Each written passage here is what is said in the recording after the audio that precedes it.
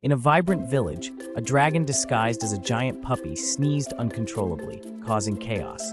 Its friends, a clever rabbit, a brave squirrel, and a wise old turtle, banded together to help.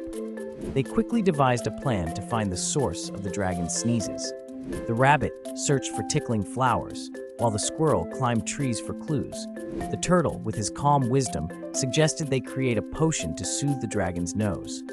As they mixed ingredients, the dragon's sneezes echoed. They finally discovered that a pesky feather was lodged in its nostril. With teamwork and laughter, they freed the feather, bringing joy and relief, and the dragon thanked them with a playful roar.